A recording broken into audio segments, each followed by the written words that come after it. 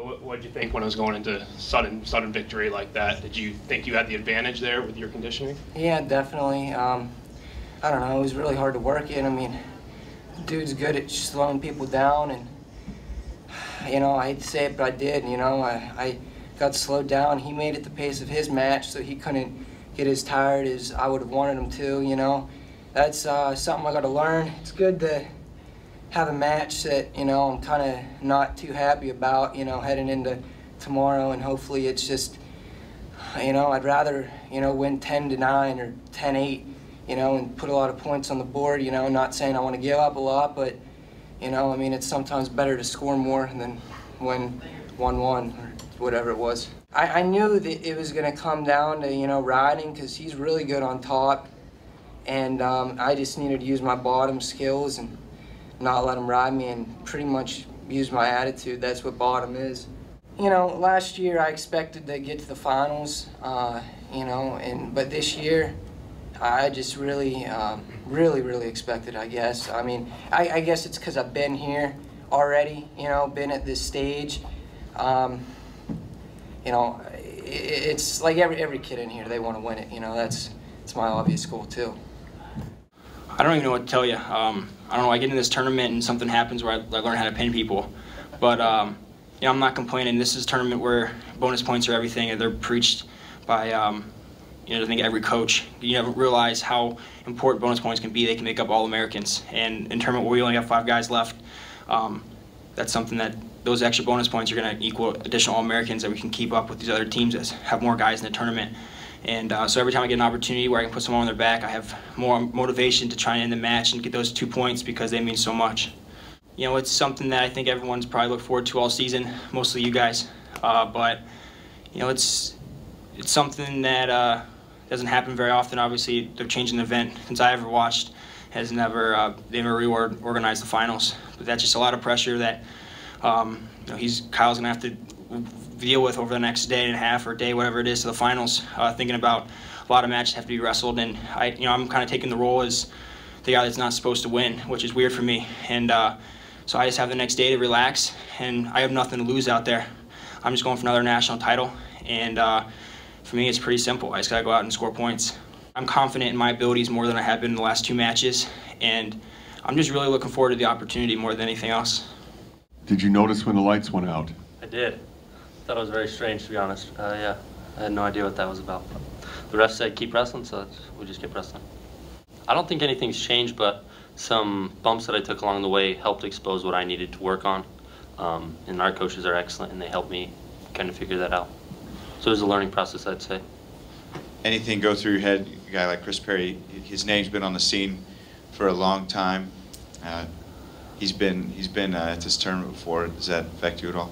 No, I'm happy they spelled my name right on the brackets. I only had 1 T, so this is good to see. Speaking of names, but he's a competitor, and so it'll be a fun match. The first time I wrestled him, it wasn't like it was a big win. Like, I wasn't majoring him or anything, so I didn't really expect to go out there and just dominate with a whole bunch of points.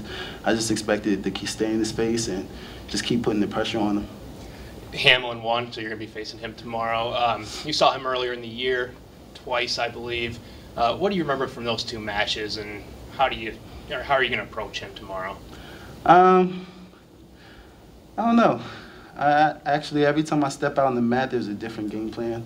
I never go with the same game plan every single match. I know what some of these guys do, but I don't exactly build off of that, build my whole strategy off of that. It's more like I go out there, I perform, and depending on how the first round goes, and I can kind of make a plan from there. And as being a part of this group, man, it's great.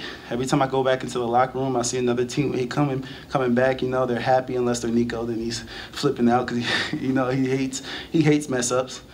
But everybody else, when they come back there in the locker room, you can just give them a high five, like, man, great job, because when they're winning, you're winning too. And even at this moment, even if I lost the match, I would still feel like I'm winning because my teammates are happy, my coach is happy. We're still having a good time overall.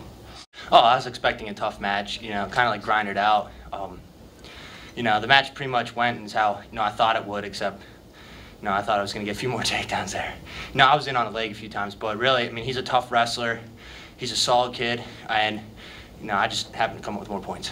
Really, we're just a band of brothers. Really, is the way to look at it. Is that we're cheerleaders of each other, and when we're in the practice room, we try to push each other as hard as we can to the point where we want to puke or pass out, and because we want to make each other better. And the only way, and wrestling hard, but I mean we're not going to do anything illegal. There's a lot of times in practice where we get in funky positions. We're like, we tap the leg. Okay, we're not going to keep wrestling because somebody's going to get hurt type deal. But really, we just try to out hustle, out wrestle, and try to beat each other up in practice.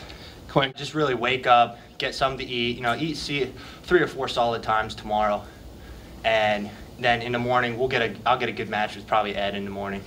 We'll crank one out. It's always fun wrestling with him.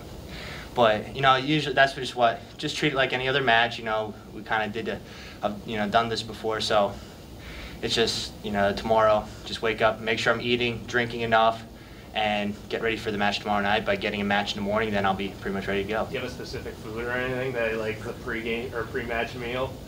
Nah, not that particular, but we've been eating a lot of Jimmy John subs. From watching Nico's match, I remembered that in the second overtime that you just got to have more riding time with the guy, then you win, no matter if he gets out or not.